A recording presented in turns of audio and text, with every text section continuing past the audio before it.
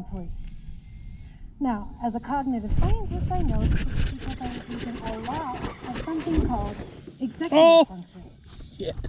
Executive function is our amazing ability to consciously control our thoughts. And I look and I'm like, that's it, gourmet jelly beans. So I go home to my mom, I'm like, Mom, we have to go to the mall now.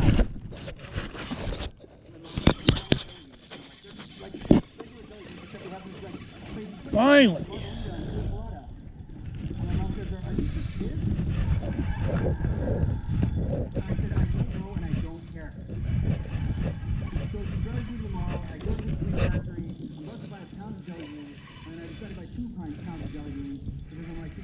I'm not going to blow this for lack of jelly beans. So, I get the jelly beans. The next day is the big reveal with Santa. I go over to her and I hand her the brooch, nicely wrapped and everything, and she opens the brooch and it's a tepid response. She's like, oh yeah, this is nice, like thanks. I was like, and also I got you this.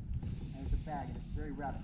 She opens it, she pulls out the jelly beans, and they absolutely I just saw the look on her face change. She went from kind of like this neutral, like, no, to like, she literally did the, and then she said, how did you know? And I said, I just knew.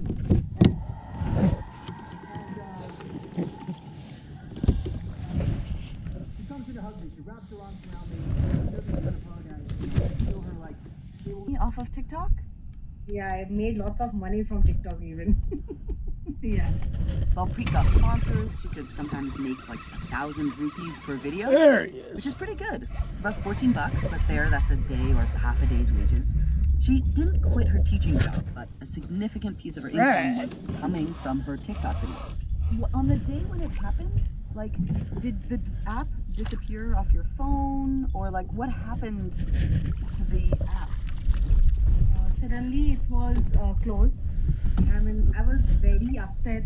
Well, Preet says she opened the app and a message popped up. It said TikTok is complying with the government's ban, and then that was it. The app didn't work anymore. It was removed from the App Store and Play Store. TikTok gave users a grace period to back up their videos, but all Preet missed it. Everything she had ever posted was gone. I lose all of my videos.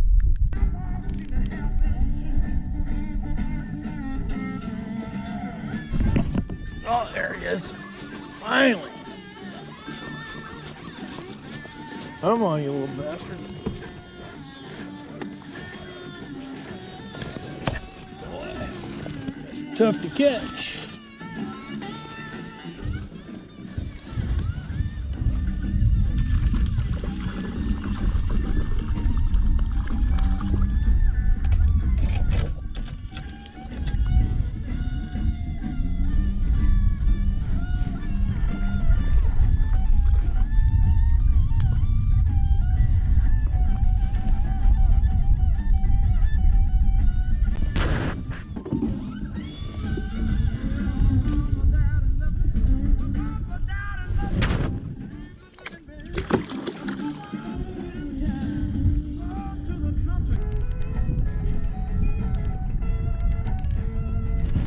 There he is, finally.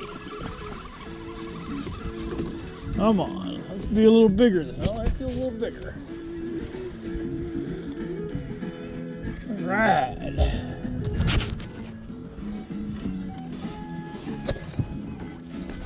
Come on, something for the board. Pulling. Come here.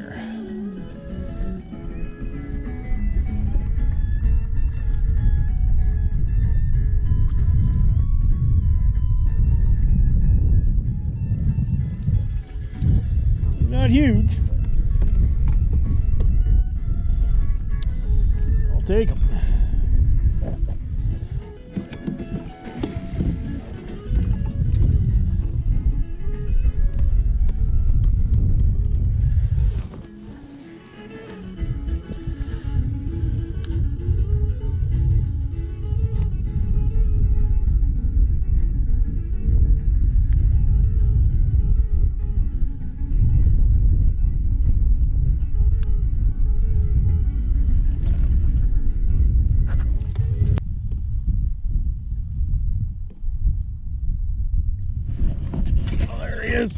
There he is. Yeah. Fuck, this one feels good. Alright. Oh, fuck, it's not that big.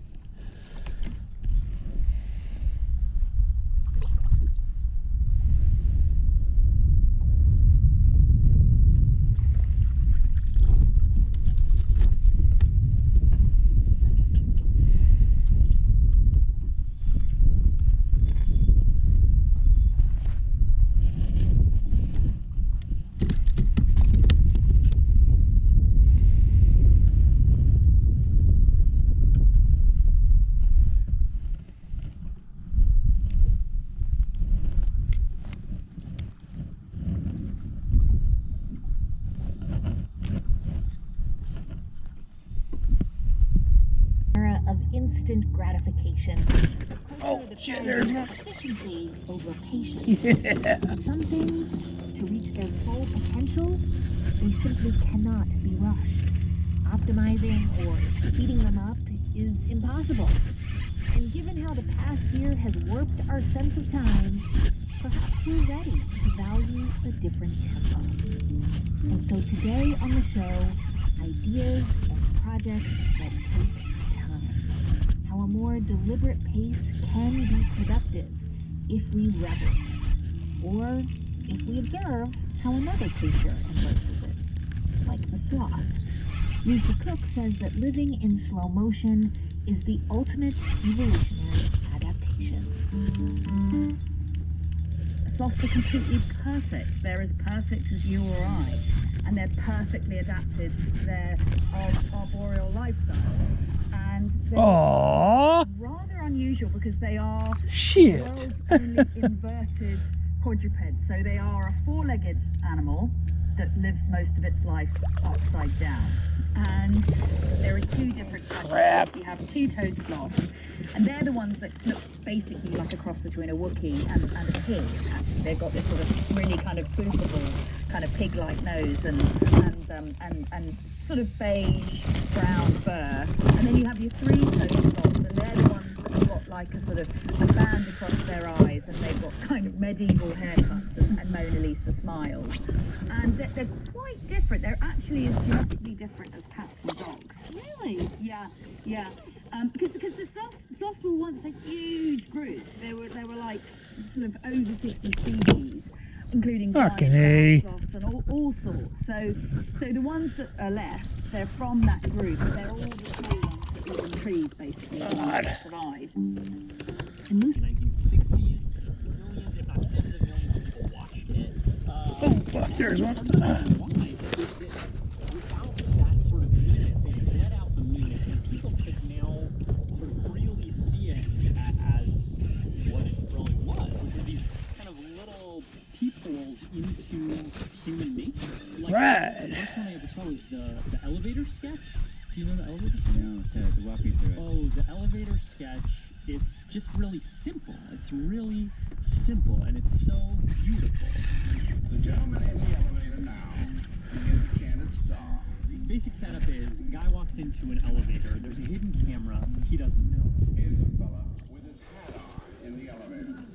He is That's like King, isn't it? wearing his overcoat and a hat, and he stands in the middle of the elevator, and then all of the other people in the elevator, who we later learn are Confederates, they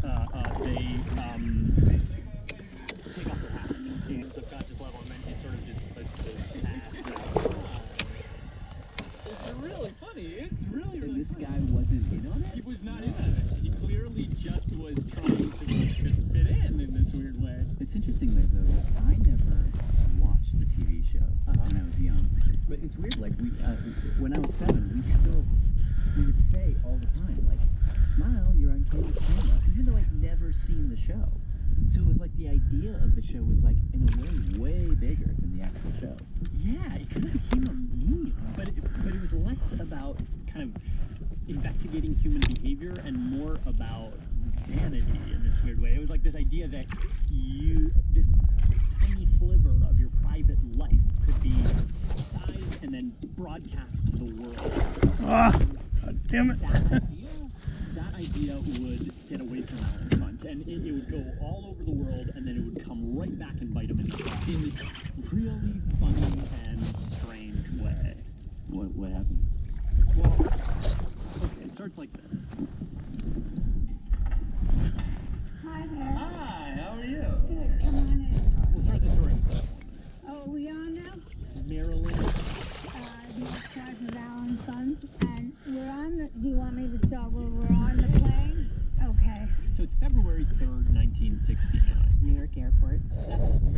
youngest daughter, Alan's youngest daughter, Juliet.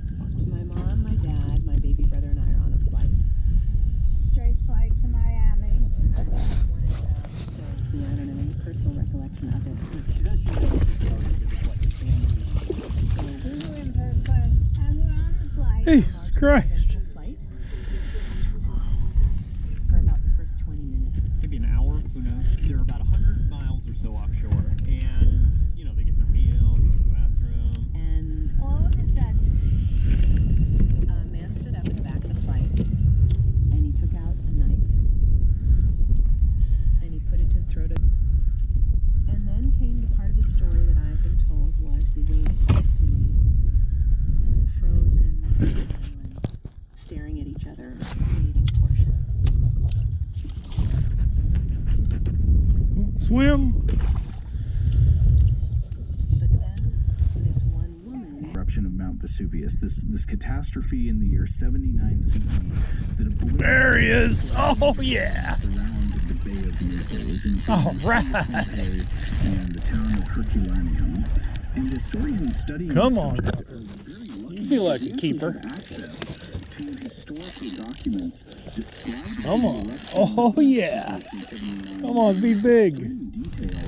Specifically, this is a pair of letters written by the Oh, he's big enough. Roman politician and Come here, author fucker. Pliny the Younger, who is in fact the nephew of the great Oh. Roman author and encyclopedist Pliny the Elder, whose natural history we reference on the show all the time. Ah! Insights on what the ancient Romans thought they knew about everything from sea monsters to the culinary virtues of lead. That's right. I feel that scarcely a month goes by that we don't reference Pliny the Elder.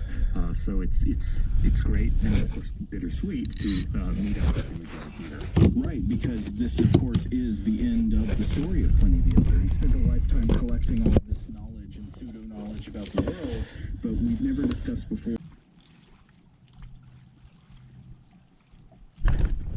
There he is. Oh, yeah. Fish on. Come on, baby.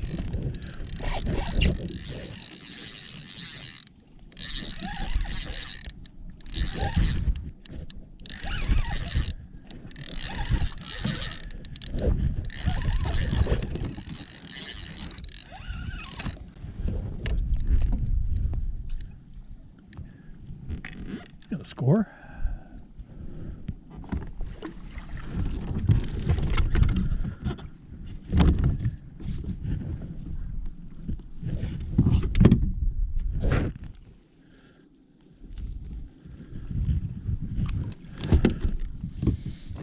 Models and human beings. In considering these There he is. pinkish salamanders, he says, it would seem easy, almost obvious, to fall into mythology.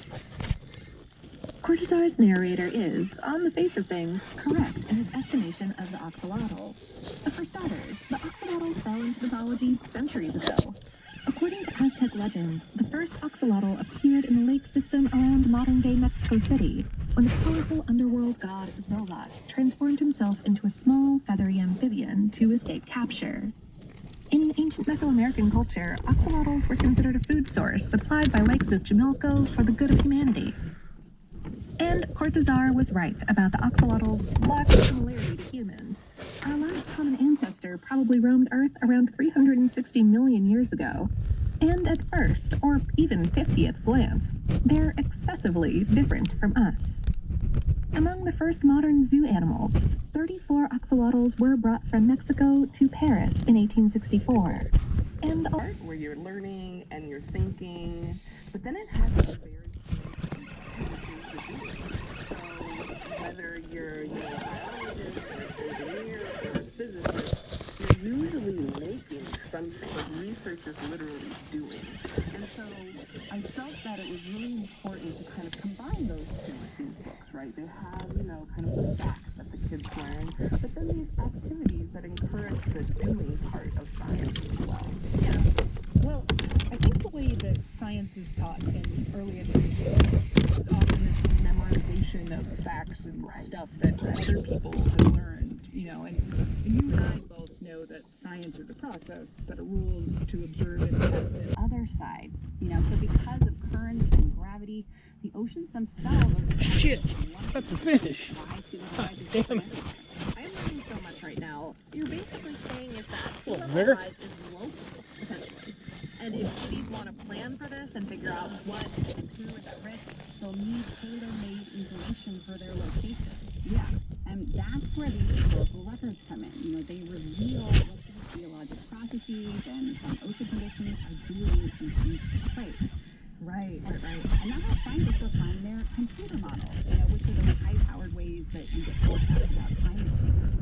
I spoke to scientist Thomas Friedrichs at NASA's Folsom laboratory about this, and he said local records really matter. If we don't have that information, we're easy to be like a few feet off if we don't have a local record of sea level. So, especially when we try to project like high water levels, and called like extreme sea levels, is how we call them. It's very difficult to get an accurate picture of that. But there is a big issue with the historical records they already have. Almost all of the ones that have been digitized come from Europe and North America. So what you're saying is we gotta find have been brutal. His law and order mandate in the Philippines has given way to human rights abuses, a culture where those who go against the government are vilified, and that includes environmental activists. But why is the Duterte government targeting environmental activists in particular? Because the government is pro-mining. So activists I spoke to essentially said that if you oppose mining, you're seen as opposing the government itself. And that idea has been codified in a really alarming way recently through the Philippines' new Anti-Terrorism Act, which broadens the definition of what terrorism is. When you go up against powerful interests like big business and government projects, you start facing various risks to your life. This is Leon Dulce, the National Coordinator for Kalikasam People's Network for the Environment. And he's really worried about the potential for this new law, which was signed during the pandemic, to designate